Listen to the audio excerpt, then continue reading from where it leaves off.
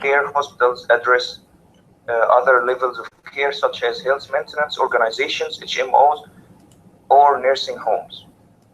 بعد كده ال reimbursement changes. The early 1980 ushered in a change in reimbursement from fee for service to the era of diagnostic related groupings, DRGs, also known as prospective reimbursement rates for hospitals. DRGs were established with set reimbursement rates for patients with specific international classification of diseases, adaptive diagnosis. An example from 2006 Medicare discharge data is the DRG pneumonia code 89, with an average cost of $6,762 and an average reimbursement of $5,357. It shows a net loss margin of $1,405 per case. Although Kaiser Remnant in California was providing comprehensive and prepaid health care in the 40s, the term managed care became quite prevalent in the late 80s and early 90s. Managed care is an evolutionary concept reflecting a different approach to providing and reimbursing healthcare services. Its focus is on appropriate use of healthcare resources. The two main configurations of managed care are HMOs and the BPOs.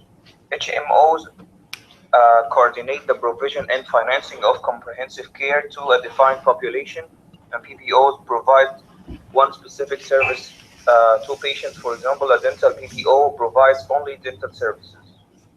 A characteristic of managed care with respect to reimbursement for care provision is a change from traditional fee for service to a capitation payment. أكمل برضه حضرتك ولا إيه؟ تمام يا بيه. طيب. Interfaces of healthcare delivery at the national, state, and local levels. Medicare, on July 30, 65, President Johnson signed the Social Security Amendment of 65 into law. This legislation created Medicare and Medicaid, which today provide benefits to more than 43 million Americans.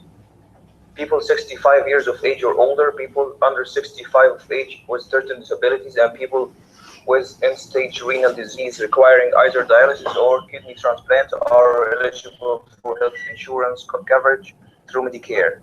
Medicare has four major subdivisions: Part A, Part B, Part D, Part C, Part D. Medicare Part A, commonly called hospital insurance, helps coverage the costs of inpatient hospital care, skilled nursing facilities care, hospice, and home health care. For most people who choose to buy Part A, Part B is required and premiums must be paid for both. ماشي، شكرا جدا يا بيتر. عافية نور. ليا. كملي اتفضلي. Medicare Part B. Medicare Part B, commonly called medical insurance, helps cover the cost of doctor services, outpatient care, and some preventive services. Preventive services include diabetes screening, bone density screening, colorectal cancer screening, and flu, hepatitis C, and pneumococcal vaccination. Medicare Part C. Medicare Part C, commonly called Medicare Advantage Plan, is a program that is operated by a private managed care company that Medicare has approved. Coverage includes Medicare Part A and B, plus other coverages, which usually includes prescription drug costs. Medicare Part C, or prescription drug coverage, was added to Medicare when Congress passed the Medicare Modernization and Improvement Act (MMA) in 2003. Part C was launched in January 2006. The MMA defines which drugs are covered and excluded under Part C. However, all plans are not required to cover all drugs. Each plan is allowed to develop its own formulary. The Centers for Medicare and Medicaid Services, or CMS, that's the website, provide regulatory guidance and oversight of the provision of health care. benefits to eligible individuals. CMS also reviews formularies selected to determine its benefit design discriminates against certain beneficiaries, and to ensure that drugs are included under each medication class. Enrollment in Part D is optional for beneficiaries enrolled in Part A or B. Individuals enrolled in Part D may also qualify for Medication Therapy Management Services, MTMS. Under the MMA, individuals must meet 3 criteria for NTMS eligibility: have a multiple chronic diseases, take multiple drugs, be likely to incur expenses that exceed a level specified by the Secretary of the Department of Health and Human Services. Pharmacists are the only healthcare providers specifically identified in the MMA to provide MTMS. According to the American Pharmacists Association, MTMS services may include managing and monitoring drug therapy, counseling with patients and families on proper medication use, conducting disease prevention and wellness screening, and overseeing medication use. Medicaid began in the mid-60s and has become the healthcare delivery method for poor people and people unsuitable by the commercial market employer or individual. Jointly funded by the federal and state governments, Medicaid is, along with Medicare, considered an ultimate program. Patients eligible for Medicaid include the following: children, people with chronic disabilities, people suffering from a human immunodeficiency virus, HIV, acquired immunodeficiency syndrome, AIDS. As long as patients qualify for the respective program, healthcare services should be provided. Healthcare is a local issue that reflects mainly the patient's accessibility to the affordable hospital, clinic, and healthcare practitioners. Funding. Funding for state, city, and country health programs and services is generated through a mix of federal, state, and local taxes, as well as grant dollars, frequently matched by the state, country, or city health department or commission. These entities provide mere health care services, including state Medicaid services, emergency medical services, childhood clinical exams, breast and cervical cancer screening, water quality pollution and environmental control, and resident inspections. In addition, the respective state health commission or department serves as a licensing agency for health professionals, physicians like pharmacists, nurses, and dentists. ماشي، شكرا يا ريم. طيب طبعا هنكمل بقيته، بس خليني بقى ايه عشان الناس تركز معايا قوي. خلينا نقول ايه بقى هو الهيلث كير سيستم في امريكا. انا هحصلكم بشكل بسيط عشان نكمل والناس تكون فاهمه. دلوقتي الهيلث كير سيستم اللي هو نظام التامين الصحي. عندنا بنقسم نظام التامين الصحي، ممكن تلاقيني بقول لك كلام مش موجود في الاي بي اتش اي، ده انا بكلمك من خلال البراكتس ومن خلال الواقع، فانت افهم بس معايا. الهيلث كير سيستم اللي موجود عندنا في امريكا مجزأ الى حاجتين. حاجه بنسميها البابليك هيلث كير سيستم، وحاجه بنسميها البرايفت هيلث كير سيستم، اللي هو البابليك انشورنس والبرايفت انشورنس. البابليك انشورنس بيتجزأ الى 4 حاجات. كويس؟ حاجه اسمها الميديكير، حاجه اسمها الميديكيد، حاجه اسمها الاس شيب، حاجه اسمها الفي اي. يبقى 4 حاجات عندنا هم دولت اللي بنسميهم الايه؟ البابليك انشورنس.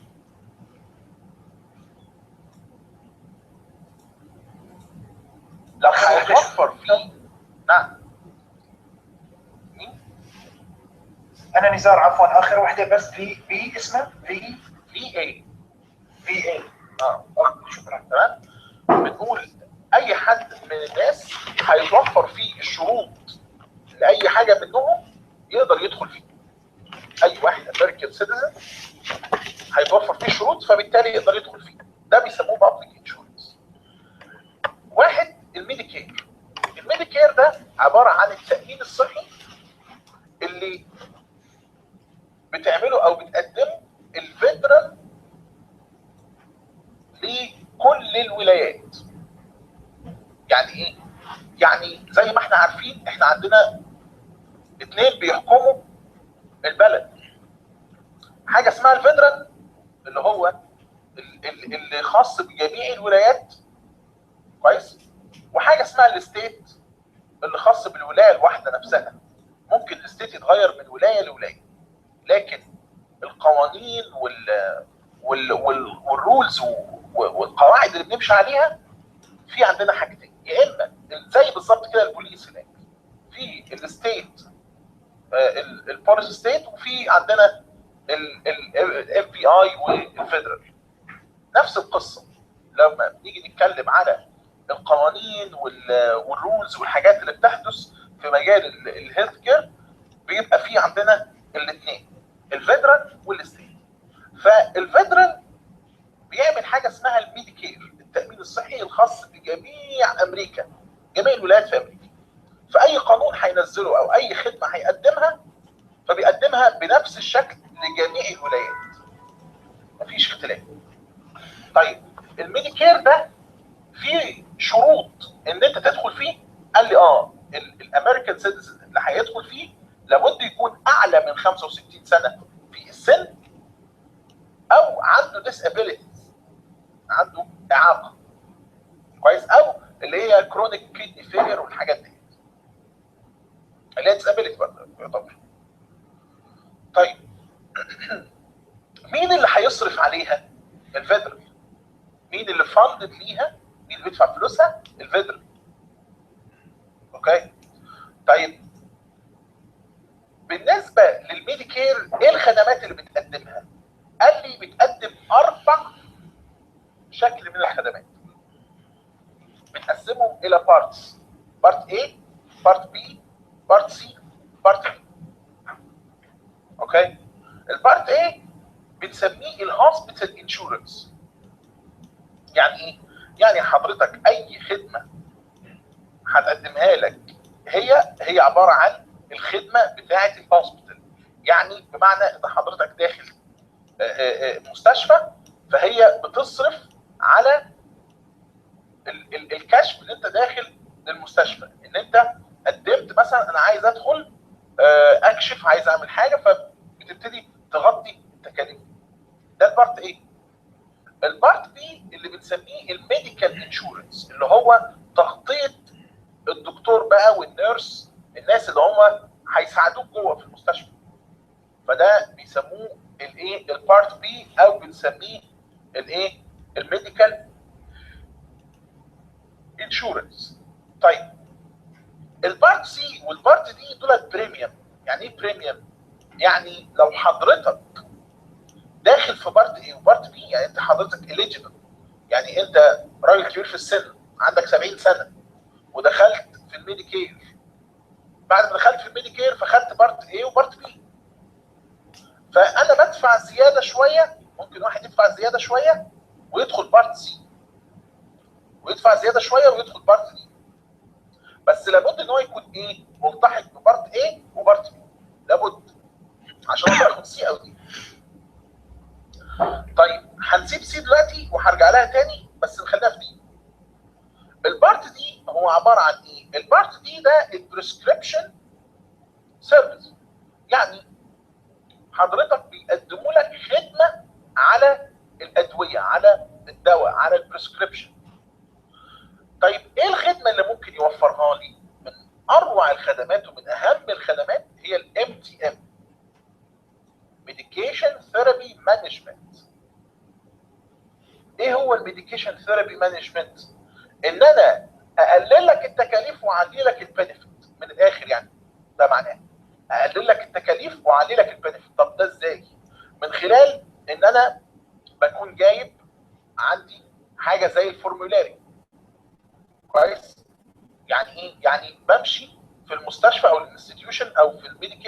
على فورمولاريز، ما بمشيش على ادويه وخلاص كده. يعني بمعنى برضك انا عايز افهم، بمعنى ان حضرتك لما بتيجي تدخل اي مستشفى، هقول لك في بلدك سواء بقى كانت سوريا مصر وات ايفر بلدك، كنت بتلاقي ايه؟ كنت بتلاقي المستشفى الحكومي ديت ماشيه على فورمولاري، ماشيه على لسته معينه بتجيبها بقى من وزاره الصحه بسعر اقل، فبتقدر تقدم للمريض الدواء ده بسعر اقل. كويس؟ فالخدمه دي بتاعت الام تي ام والسيرفيس اللي بيديها لك من كونسلنج، من يعني استشاره طبيه، او يبتدي يفهم المريض هيعمل ايه وياخد ايه قبل ايه، ودراج انتراكشنز والكلام ده، دي كلها بتاخدها لو انت معاك البريسكريبشن بارت دي. طب امال بارت سي دي بقى عباره عن ايه؟ يعني بارت ايه هوسبيتال انشورنس، بارت بي ميديكال انشورنس، بارت بي بريسكريبشن سيرفيس. طب بارت سي بقى عباره عن ايه؟ بارت سي بيقدم لك بنفيت اللي هو المانجد كير. يعني دخلوا لنا خدمات كابيتيشن زي ما بيتر وضح في البدايه، من البدايه خالص بدخلها لنا فين؟ المانجد كير، دخلها لنا في السيرفيس اللي هي بارت سي. طب انا عايز افهم شويه اللي هي ايه هو المانجد كير اللي هو الاتش ام او والبي بي او. يعني ايه اتش ام او دوت؟ هيلث مينتنس اورجانيزيشن. والبي بي او كويس، دولت عباره عن ايه؟ يعني ايه يعني ايه الفروق ما بينهم؟ وهل دولت حاجه كويسه ولا حاجه وحشه؟ طيب خلينا الاتش ام او الهيلث مينتنس اورجانيزيشنز والبي بي او البريفيرد بروفايدر اورجانيزيشنز، دي طريقتين للمانجد كير. الاتش ام او بيبتدي يديني او يختلف شويه في بعض الحاجات عن الاتش ام او، بيبقى جنرالايز شويه، يعني بيقدر يعمل لك كوردينيشن لعمليه البروفيجن والفاينانسنج بتاعه الايه الكومبريهنسيف كير في عند البوبيليشن. لكن البي بي او بيبقى خاص شويه سبيسيفيك سيرفيس للشخص. طيب افهمها اكتر بقى، انا عايز ايه توضيح اكتر عشان الموضوع افهمه. اقول لحضرتك ان الاتش ام او الهيلث مينتنس اورجانيزيشن بيتيح لك ان انت يكون عندك برايمري كير فيزيشن اللي هي بنسميه البي سي بي، برايمري كير فيزيشن. ده في الاتش ام او. يعني ايه؟ اديك يعني ايه ده؟ يعني حضرتك النهارده لما بتيجي تدخل ففي البارت سي بيقول لك والله احنا عندنا مانج كير اتش ام او بي بي او، حضرتك اختار اللي انت عايزه. فانت بتختار الاتش ام او مثلا، وبتبقى تحت الاتش ام او السيرفيس بتاعت الاتش ام او.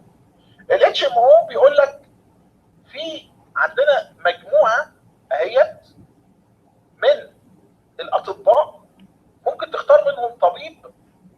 كويس؟ الطبيب ده بيكون يعني الريفرنس ليك في اي حاجه.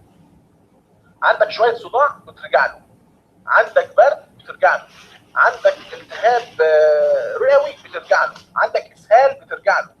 لا هو بيفهم في كل ده؟ لا، هو بيفهم، هو جي بي، هو جنرال براكتيشنر مثلا. بس لما يلاقي ان حالتك تستدعي دكتور متخصص معين بيروح جاي يعمل لك ريفيرنج ليه. بس بيعمل ريفيرنج لاي دكتور اللي تبع الجروب بتاعه. يعني اديكم مثال، فادي وماري وبيتر ونادر دولت مثلا جروب، وانس ونزار ونهله ولينور ولينا دولت جروب. فانا النهارده جاي ادخل في المانجد كير في الاتش ام او، فانا اخترت فادي وماري وبيتر ونادر كجروب، اخترت منهم مثلا نادر، ده البرايمري كير فيزيشن بتاعي. طيب انا رحت دلوقتي لنادر وعندي مشكله ما، فنادر لقاني محتاج دكتور مثلا بتاع عظام، راح جاي يحولني على اللي جوه الجروب بتاعه عظام اللي هو ماري مثلا. كويس؟ فبالتالي هنا فيها ميزه وفيها عيب. فيها ميزه ان انت كل ما بيكون عندك اي مشكله فبتلجا الى البرايمري كير فيزيشن بتاعك، فبيقدر يحاول ان هو يحل لك المشكله. بس فيها عيب قاتل ان قراراتك الصحيه كلها واقفه او متوقفه على البرايمري كير فيزيشن ده. يعني انا ممكن اروح لنادر اقول له يا دكتور انا بشتكي من كذا، فنادر يقول لي طيب خد الدواء دوت ونمشي عليه وهكذا. طيب انا لقيت ان معظم الدكتورز ومعظم الناس بيقول لك في الحاله ديت احنا مثلا بنلجا للعمليه الجراحيه افضل ما بنلجا للدواء. لو نادر مش عايز ان انا ادخل في عمليه جراحيه وعايز يمشيني على الدواء، هيبقى ده قراره هو اللي ماشيني عليه، وده طبعا مش حاجه كويسه. كويس؟ او فانا لازم عشان ابتدي ان انا اعمل عمليه مثلا مع ميري لازم اخد موافقه نادر، هو اللي يعمل لي ريفيرنج لميري. طب لو ما حصلش الكلام ده بدفع فلوس ازيد واروح مني لنفسي لميري جوه الجروب برضه، بدفع فلوس ازيد واروح لميري. كويس؟ فده اسمه نظام المانجد كير، يعني ان الدنيا منظمه قوي. يعني انا بروح لحد معين والحد دوت بيبعتني لحد معين او يحل لي الموضوع ده، فده نظام منظم. طيب فلذلك لو خدت بالك لما جينا في الاي بي اتش اي اتكلم عن اتش ام او قال لك ايه؟ coordinate the provision and financing of comprehensive care to a defined population. a defined population. اوكي؟ طب في البي بي او قال لك لا ده specific service. هنا بقى البي بي او بيبقى نظامه ايه؟ بيبقى نظامه بردك شبيه جدا بنظام الاتش ام او، بس الاختلاف ان ما فيهوش برايمري كير فيزيشن. انا بدخل على المجموعه، فنادر تخصص بطنه، ميري تخصص عظام، فادي تخصص جراحه، مثلا بيتر تخصص عيون، او دنتست او وات ايفر. فانا بروح لمين؟ للشخص بعينه جوه الجروب اللي انا فيه. كويس؟ يعني انا عندي مشاكل في اسناني اروح لبيتر، عندي مشاكل في العظام اروح لميري، وهكذا. فبالتالي اصبح عندنا نوع ان هو سبيسيفيك، فبتقدر تاخد السيرفيس اللي انت عايزها سبيسيفيك محدده. طب ما ده احسن من الاتش ام او دكتور. بس هو في عيب برضه قاتل. ايه العيب القاتل بتاعه؟ البيبر ورك بتاعته كتير جدا. يعني انت مثلا ممكن النهارده فادي بتاع الجراحه انا المفروض ان انا اعمل عمليه، وفادي محدد ان العمليه ديت لابد تتعمل مثلا يوم 11 في الشهر. ابص الاقي الورق اللي انا هعمله والامضاءات اللي هاخدها والتوقعات اللي هاخدها تحدفني ليوم 29 ولا 28. يبقى انا كده يعني هموت، فهضطر اروح اعمل العمليه يعني عند اي يعني بره او خارج المنتدى. فالانشورنس هنا مش هيبقى قدر يكفيني ان انا ادفع فلوس العمليه او كده، لان انا متاخر جدا على العمليه مثلا. فهنا في البيبر ورك كتير جدا، فخلى البي بي او برضك مش ناس كتير اللي بتلجا اليه. فده نظام الديس ادفانتج والادفانتج بتاعت كل واحده منهم. طيب يبقى ده البارت، انا عندي البارت A وبي وسي دولت هم البارتس بتوع الميديكير. طيب ده التامين الخاص بكل ولايات امريكا اللي هو الفيدرال. لذلك اللي بيصرف عليه هو الفيدرال، وبيصرف عليه منين؟ من التاكسز اللي حضرتك بتدفعها. طيب ما هو ده خلي بالك كده ان انت كل اللي بيدفع تاكسز متضرر جدا، فان الخدمه دي ما بتجيلوش. ان هي بتيجي لمين؟ للناس اللي فوق 65 سنه والناس اللي عندها ديسابيلتي، يعني ما بتجيليش. طيب فدي حاجه تضايق يعني. اوكي؟ طيب الحاجه الثانيه الميديكيد. الميديكيد ده اللي بنسميه الستيت. يعني الميديكيد ده هو التامين الصحي اللي في الستيتس. كويس؟ كل ستيت على حده، كل ولايه على حده. يعني ايه معنى كده كل ولايه على حده؟ ما هو بيقدم نفس السيرفيس، يعني هو ما بيقدمش سيرفيس مختلفه، يعني هو بيقدم نفس السيرفيس اللي المفروض بيقدمها اي ميديكيد. اي ولايه بتقدم خدمات معينه، الخدمات المعينه ديت اللي بتقدمها بتسميها الميديكيد. اوكي؟ بس هي المشكله او التغيير ان يعني مثلا عندي emergency medical service، عندنا childhood clinic exam، عندنا البريست اند سيرفيكال كانسر سكريننج، الووتر كواليتي بوليوشن. الحاجات دي خدمات بيقدمها الميديكيد. اوكي؟ بس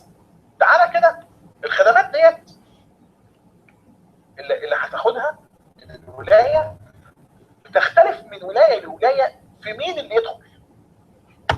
يعني انا اديك مثال بسيط جدا. ممكن واحد يكون عايش في ولايه ولتكن ولايه فقيره، كويس، حته زي مينيسوتا وهكذا، المناطق اللي هي تعتبر بتصنف ان هي ولايات مش ضخمه، او ولايات مش من ناحيه المصاريف بتاعتها مش كبيره، او البادجت بتاعها مش عالي. فتبص تلاقي الناس ديت لما بتعيش في المناطق دي بيبتدي يحط لهم حد الفقر. في اي ولايه في حاجه اسمها حد الفقر، كويس، مين اللي بور ومين اللي مش بور. يعني انا امتى اقول عليك بور او اقول عليك مش بور، كويس، امتى اقول عليك فقير او مش فقير؟ لما تكون حضرتك بتقبض الانكم بتاعك اقل من البور ليميت، كويس. يعني مثلا هنعتبر ان مثلا في ولايه فقيره بيقول البور ليميت مثلا ان حضرتك تكون الانكم بتاعك $40,000 في السنه، كويس. طيب حضرتك $40,000 في السنه دوت، لما اجي ابص الاقي مثلا حضرتك بتشتغل وبتاخد اقل من $40,000 في السنه، ده اسمه ان انت فقير. اعلى من $40,000 في السنه ده اسمه ان انت مش فقير. طيب اللي تحت $40,000 في الولايه ديت ليه الحق ان هو يقدم على الميديكيد، كويس. طب اللي فوق $40,000 ملوش الحق ان هو يقدم على الميديكيد. طيب الميديكيد بيشمل الناس البور والناس برضك اللي عندها ديسابيلتي برضه، وبيحط بقى تحتها برضك الايه بقى، لما بيكون في بريجنسي، لما بيكون في سن الاطفال لعمر 19 سنه لغايه من سن الصغير ده، يعني الحاجات دي بيدخلها تبع الميديكيد. يعني لو مثلا هندي مثال، لو واحده بريجننت وومن والبريجننسي بتاعها اول ما بتروح بتطلب ان هي تعمل الانشورنس بتاع الميديكيد، لا ده هي مش فقيره، او هي ما بس هي الانشورنس بتاع الميديكيد بيغطي تكاليف البريجننت وومن وهكذا. طيب ونفس الكلام الطفل لغايه لما يصل الى عمر 19 سنه او جدا. في بعض الولايات بتبقى اقل طبعا. طيب ده بالنسبه للميديكيد. طب اللي بيصرف على الميديكيد هو ايه؟ قال لي الفيدرال والستيت الاثنين، كويس. الاثنين بيصرفوا على الميديكيد. يعني ايه؟ يعني وبعدين بتتصرف مش بشكل مماثل في كل الولايات. بمعنى ان انا لو ولايه اصلا طبيعتها ان هي ولايه فقيره، كويس، الفيدرال بيدفع اكتر من الستيت. يعني لو الستيت مثلا بتدفع $1 هتلاقي الفيدرال بيدفع $2. طيب لو ولايه مثلا من الولايات اللي بتصنف ان هي ولايات ثريه او ولايات غنيه زي نيويورك، زي كاليفورنيا، زي اللي هي المناطق اللي هي تعتبر تكاليف فيها عاليه جدا وهكذا، والسالاريز فيها عاليه، فبالتالي الفيدرال بيدفع قد الستيت، لكن ما يدفعش اقل، يدفع قدها. يعني ده $1 ده $1 قدامه، كويس. لذلك هتلاقي الفيدرال بيتضايق جدا من ان هو بيدفع للستيت. لذلك هو عمل زي ما نقول كده ايه، يعني موقف علشان يجبر الستيت على حاجه من خلال الفلوس اللي هو بيدفعها دي، اللي هو في الفيدرال لو حط قانون مخصوص علشان الستيتس، عشان الميديكيد، قانون بتاع الاوبرا 90 او الاومنيبس بادجت ريكونسيليشن اكت، كويس. لما نيجي في الفيدرال هنعرف القانون ده اللي هو خاص بالكونسلنج، هنعرف القصه بتاعته، خلاص. طيب يبقى احنا كده عرفنا الميديكيد بيتصرف عليه منين، وايه السيرفيس اللي بيقدمها، وبيخدم مين، ومين اللي المفروض يكون اليجيبل ليه ان هو يدخل تحت الميديكيد. طيب يبقى احنا كده عندنا الميديكير والميديكيد. طيب ايه بقى يا دكتور الاس شيب، وايه عندنا ما نسميه الايه الفي اي. الاس شيب ده الستيت تشيلدرن انستتيوشن بروجرام، قصدي انشورنس بروجرام، سوري. الاس شيب اللي هي الستيت تشيلدرن انشورنس بروجرام، والفي اي اللي هي الفيترانز ادمنستريشن. الاس شيب هو عباره عن ايه؟ اديك مثال بسيط جدا. دلوقتي عندك اطفال وانت مش بور، يعني انت مش شخص فقير، فبالتالي اطفالك مش داخلين تحت الميديكيد. يعني عندي طفل عنده 9 سنين 10 سنين 13 سنه، فبالتالي الطفل مش داخل تحت اي رعايه طبيه. خلاص؟ طيب فحضرتك في بقى حاجه اتعملت يعني ظريفه شويه عشان الناس اللي هي بتكون مش في حد فقر فما عندهاش ميديكيد، بس في نفس الوقت عندهم مشكله ثانيه اللي هي ايه؟ انا بقبض $60,000 في السنه، وحد الفقر $40,000 في السنه او $50,000 في السنه. يعني ده حد الفقر مثلا $40,000 وانا بقبض 60، فانا بالتالي مش هدخل تحت الميديكيد. تمام؟ بس انا بصرف على عندي مثلا 3 اولاد 4 اولاد، بصرف عليهم رعايه صحيه على مدار السنه ما يقرب من حوالي $25,000 مثلا. فاجي اطرح ال $25,000 من 60,000، يبقى انا كده نزلت تحت حد الفقر. كويس؟ فيقول لك هات لي ما يثبت ان انت بتصرف $25,000 على اطفالك في السنه من رعايه صحيه، وهات لي ما يثبت ان انت الانكم بتاعك كذا، وتعالى قدمه لي في الاس شيب. قدمته في الاس شيب، يبصوا على الكلام ده، لو صحيح يدخلوا اولادك في الاس شيب اللي هي ايه بقى؟ الستيت تشيلدرن انشورنس بروجرام. يعني يدوا لاطفالك انشورنس يغطي تكاليف الرعايه الصحيه بتاعتهم، علشان عارفين ان ديت كانت تسبب لك ان انت تنزل الى حد الفقر. ده معمول جوه الستيت الاس شيب، واللي بيصرف عليه برضك الستيت والفيدرال. الفيدرال لازق في كل حاجه. خلاص؟ طيب الفي اي او الفيترانز ادمنستريشن قال لي ده بتاع الناس اللي هم كانوا في الميليتري، الناس اللي هم كانوا في الجيش، الناس اللي هم متقاعدين، الناس اللي هم حاربوا مثلا في افغانستان، في العراق، في مش عارف في ايه. الناس ديت لما بيبقى ليهم انشورنس خاص بيهم، اللي هو زي كده القوات المسلحه والانشورنس بتاعها اللي هي التامين الصحي بتاع القوات المسلحه والمستشفيات الخاصه بيها وهكذا. ده بالظبط اسمه كده الفيترانز ادمنستريشن، هو خاص بيه الاول سولجرز او الناس اللي هي في الميليتري اللي كانوا شغالين وحصل لهم ريتايرد، او ان هم حصل لهم اصابه او حصل لهم اي حاجه. طيب ده كده البابليك انشورنس كله. بس بقى جه مستجد عليه هيقابلنا دلوقتي واحنا بنقرا ما يسمى باليونيفرسال انشورنس. مين عارف اليونيفرسال هيلث كير؟ اللي هو ليه اسم تاني، اسم كان بقاله 3 سنين ولا سنتين قاعد ورا لنا دماغنا بيه في امريكا. اوباما هيلث كير. بالظبط، اوباما هيلث كير سيستم. كويس؟ اللي هو اليونيفرسال هيلث كير سيستم. هو عباره عن ايه؟ حد عارف اوباما هيلث كير سيستم ايه مغزاه او ايه الهدف منه؟ عباره عن ايه؟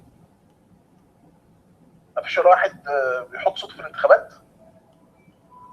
انا ما بحط صوتي دكتور، بس هن على اساس مبدأهم انه يتامن كل الشعب الامريكي تحت الانشورنس بطرق معينه.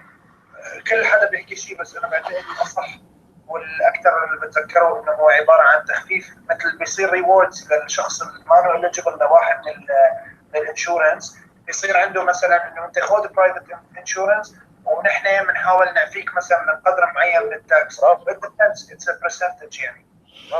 مظبوط. هو ده فعلا الاوباما هيلث كير سيستم من الاخر. هو عباره عن ان ان اوباما، هي المشكله الكبيره جدا جدا جدا في امريكا زي ما انت شايف كده، ان البابليك انشورنس مش نافع خالص لمعظم الامريكان. يعني معظم الامريكان فوق ال 65 دولت اللي بيدخلوا الميديكير، والناس اللي فقراء دولت اللي بيدخلوا الميديكيد. طب الناس الثانيه اللي شغاله وبتعمل حاجه بيتاخد منها التاكسز الكبيره اللي هي ما بتستفيدش منها بحاجه. بيستفيد منها الناس الفقراء والناس اللي هي الكبار في السن. طب انا اعمل ايه؟ يعني انا كمثلا واحد لا اليجيبل هنا ولا اليجيبل هنا، فبالتالي بدخل في حاجه اسمها البرايفت انشورنس اللي احنا هنتكلم عنه دلوقتي. فدي المشكله المستعصيه جدا بالنسبه لامريكا، ان هم مش عارفين يدخلوا في انشورنس يفيدهم ويكون يعني مريح ليهم، مفيش. فبالتالي اوباما حط في البروجرام بتاعه اللي هو اليونيفرسال هيلث كير، اللي هو بيسموه الاوباما هيلث كير سيستم، اللي هو عباره عن ايه؟ قال لك احنا هنجبر كل الامريكان ان هم يعملوا انشورنس، سواء بقى كان واحد يقبل في الميديكير فيروح في الميديكير وخلاص، واحد يقبل في الميديكيد يروح في الميديكيد وخلاص. طب واحد مش صالح ليه الاثنين يعمل برايفت انشورنس، كويس؟ ونوعين البرايفت هقولهم دلوقتي. طيب انت بتجبرني ليه؟ طب انا مش عايز اعمل انشورنس خالص، انا هعمل كده وانا هعمل كده. قال لك لو انت عملت انشورنس برايفت انشورنس او كده، احنا هنديك زي مكافاه بسيطه عباره عن ان انت هيحصل خصم بسيط، خصم معين متفق عليه من التاكسز بتاعتك. يعني الضرائب اللي انت بتدفعها دي هنقلل لك شويه بنسبه بسيطه جدا او مبلغ بسيط منها، كانه هو يعني المبلغ ده انت اضفت اليه حاجه بسيطه وعملت البرايفت انشورنس، كاننا ساعدناك في البرايفت انشورنس. اوكي؟ طيب لو انا ما عملتش كده، لو انا ما رضيتش وطنشت وقلت لا انا مش عامل اوباما هيلث كير، ايه اللي يحصل؟ مش عامل برايفت انشورنس، ايه اللي يحصل؟ قال لي يعمل لك عقوبه ان هو يزود عليك فلوس في التاكسز بتاعتك، مقابل ان انت ما عملش. يعني يسال انت عندك اوباما هيلث كير، يشوف عنده على الكمبيوتر سيستم عندك اوباما هيلث كير، اتس اوكي. ما عندكش هيروح جاي عامل لك زياده على التاكسز بتاعتك، زياده مثلا هنقول فور اكزامبل مثلا 1.5% من التاكسز دي زياده مثلا، او 2% من التاكسز زياده على التاكسز بتاعتك. فده المشكله اللي عندهم. اوكي،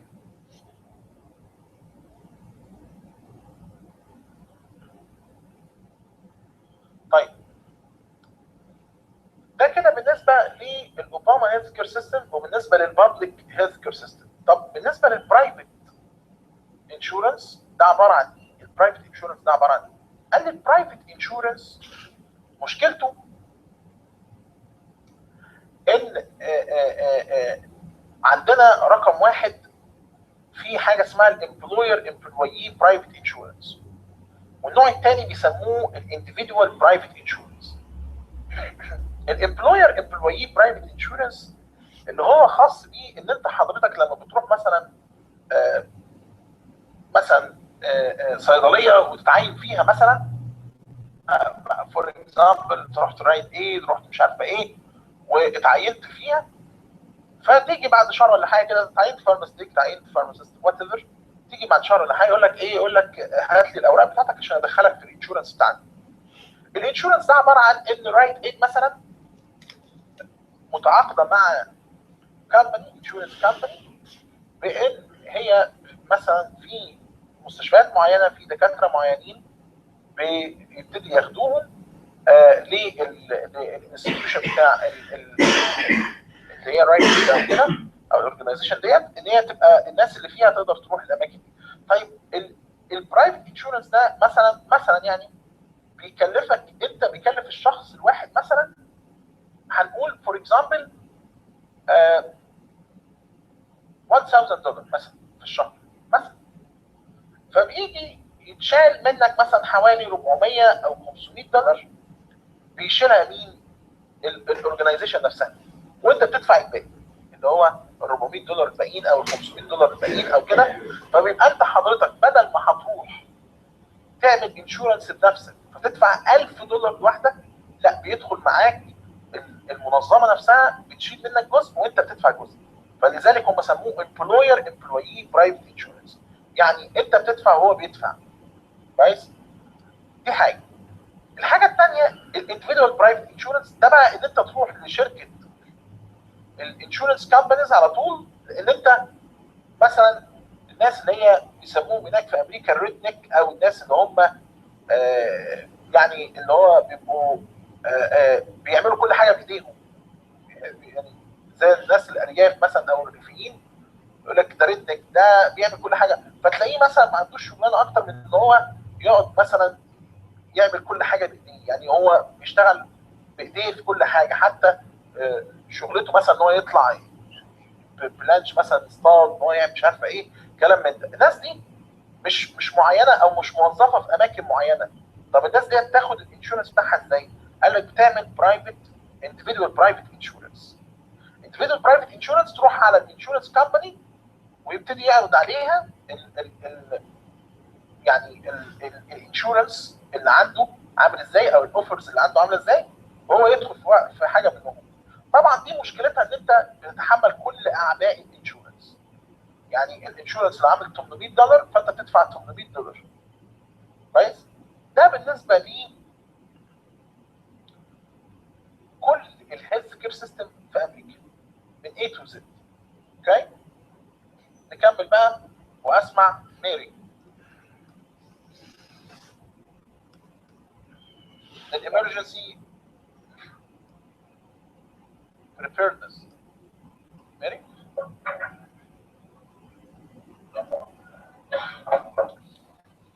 ميري.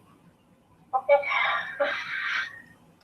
Increased cooperation among federal, state, and local healthcare agencies and providers is particularly noteworthy in recent years as they prepare for public health emergencies such as pandemic, influenza, and bioterrorism.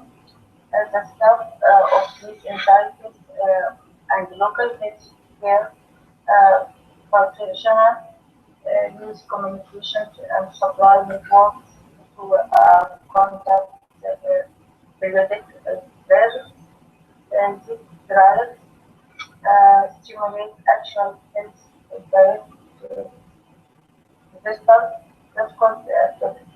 healthcare workers, their families, patients, and public at large.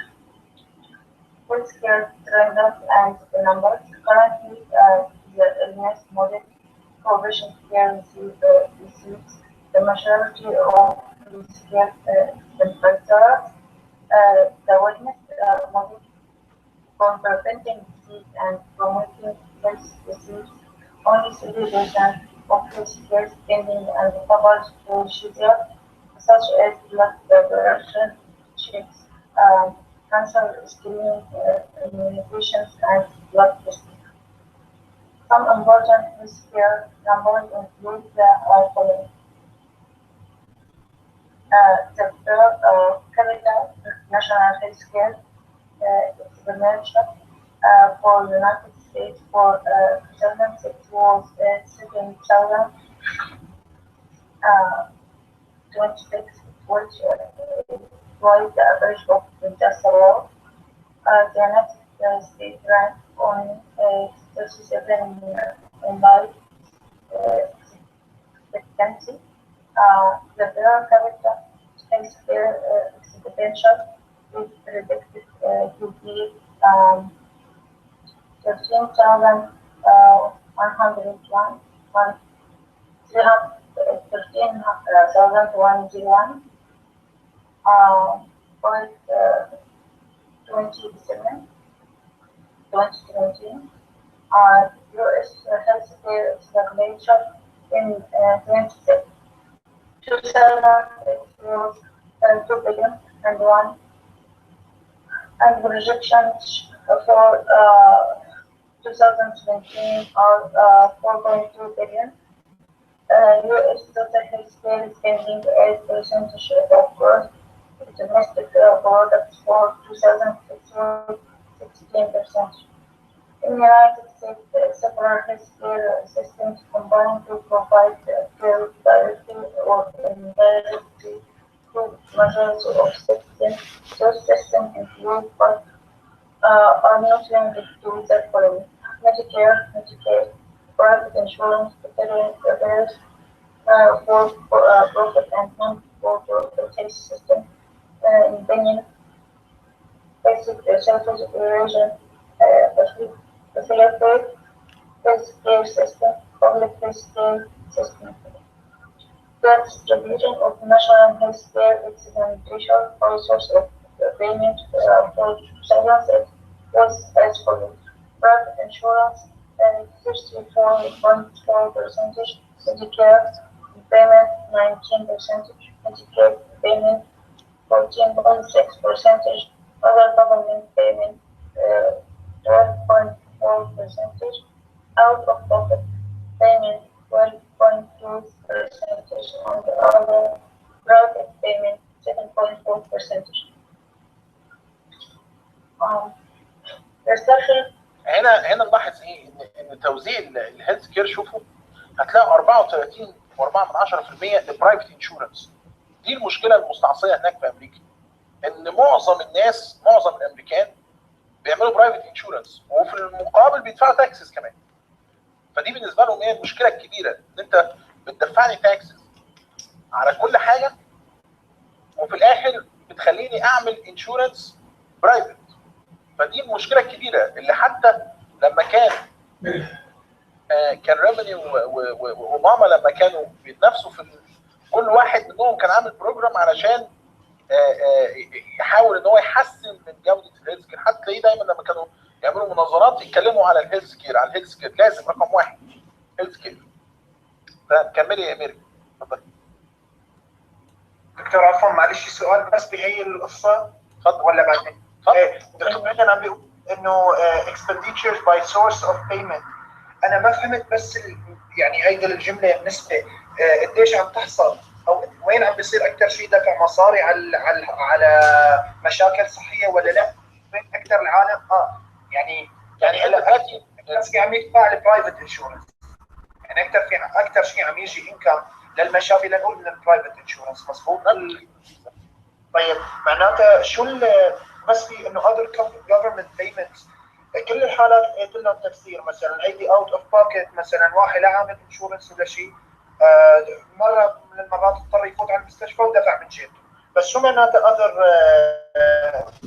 government payments؟ مثلا بيبالك شيء مثال؟ لا الاذر government payments دي مش شرط تكون خاصه بيه ان انت طبقا للميديكير او الميديكيد او كده. ممكن تكون زي الاعانات او الحاجات اللي بتديها الجفرمنت للانستتيوشنز اللي هي الصحيه او اللي هي المجالات الصحيه عامه.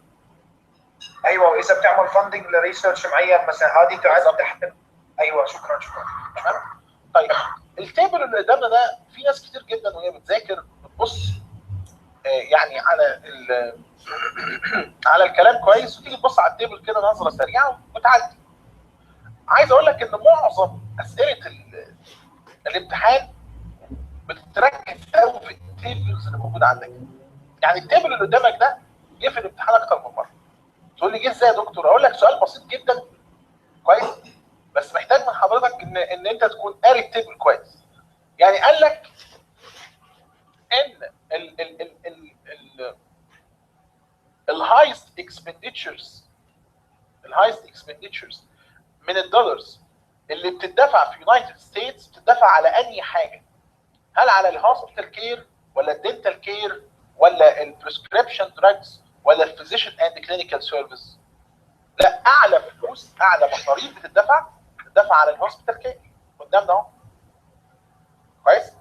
فبالتالي من خلال التيبل اللي قدامك انت تقدر تصنف مين اكتر حاجه بتاخد فلوس هناك.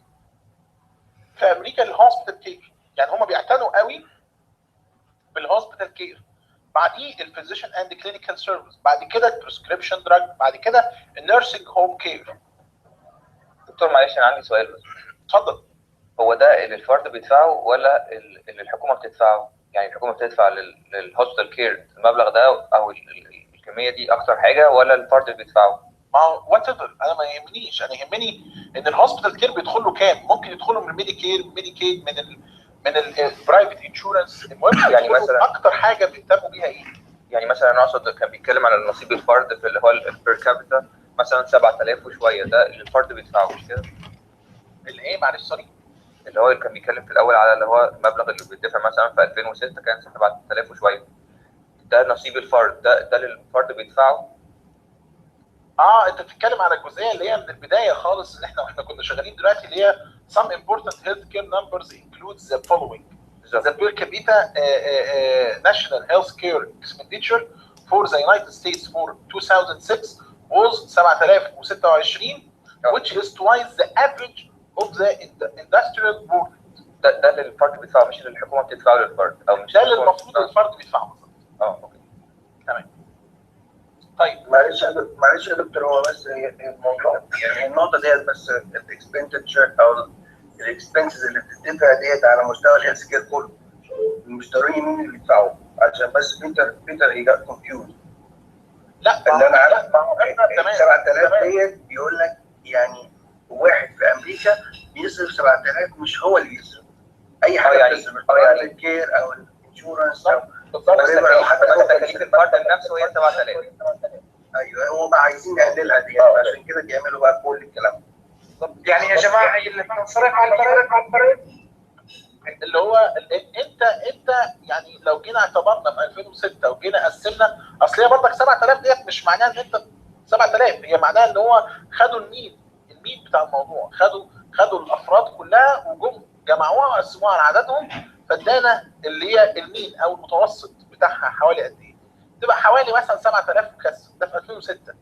يعني معناها ان انت محتاج يتصرف عليك مثلا على الاقل 7000 وكسر علشان تاخد الرعايه الصحيه بتاعتك.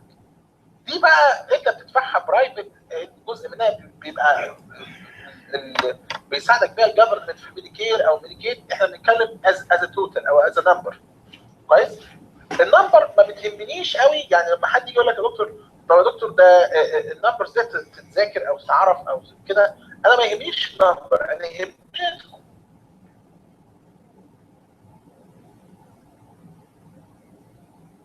تلاقي الهوسبيتال دايما، قصدي الهوسبيتال كير تلاقي دايما ديت اكثر مصاريف عليها، بعد كده ليها بقى الباقي. دكتور معلش اخر بس جزء حضرتك تقول لي يهمني ايه عشان راح من عندي خالص. يهمني ان انت تكون فاهم النمبر بيمثل ايه، لكن ما يهمنيش النمبر نفسه لان هو من كل سنه لسنه بيتغير. فانا اكون فاهم ان انت النمبر ده بيمثل ايه علشان تقدر تحدد لما يجي لك في سؤال في الامتحان تبقى فاهم انت بتقول ايه. يعني مثلا لما اجي اقول دلوقتي فور اكزامبل ان الماجوريتي بتاعت الاكسبندتشرز بتاعت الهيلث كير عامه على او للفرد الواحد بتكون ايه؟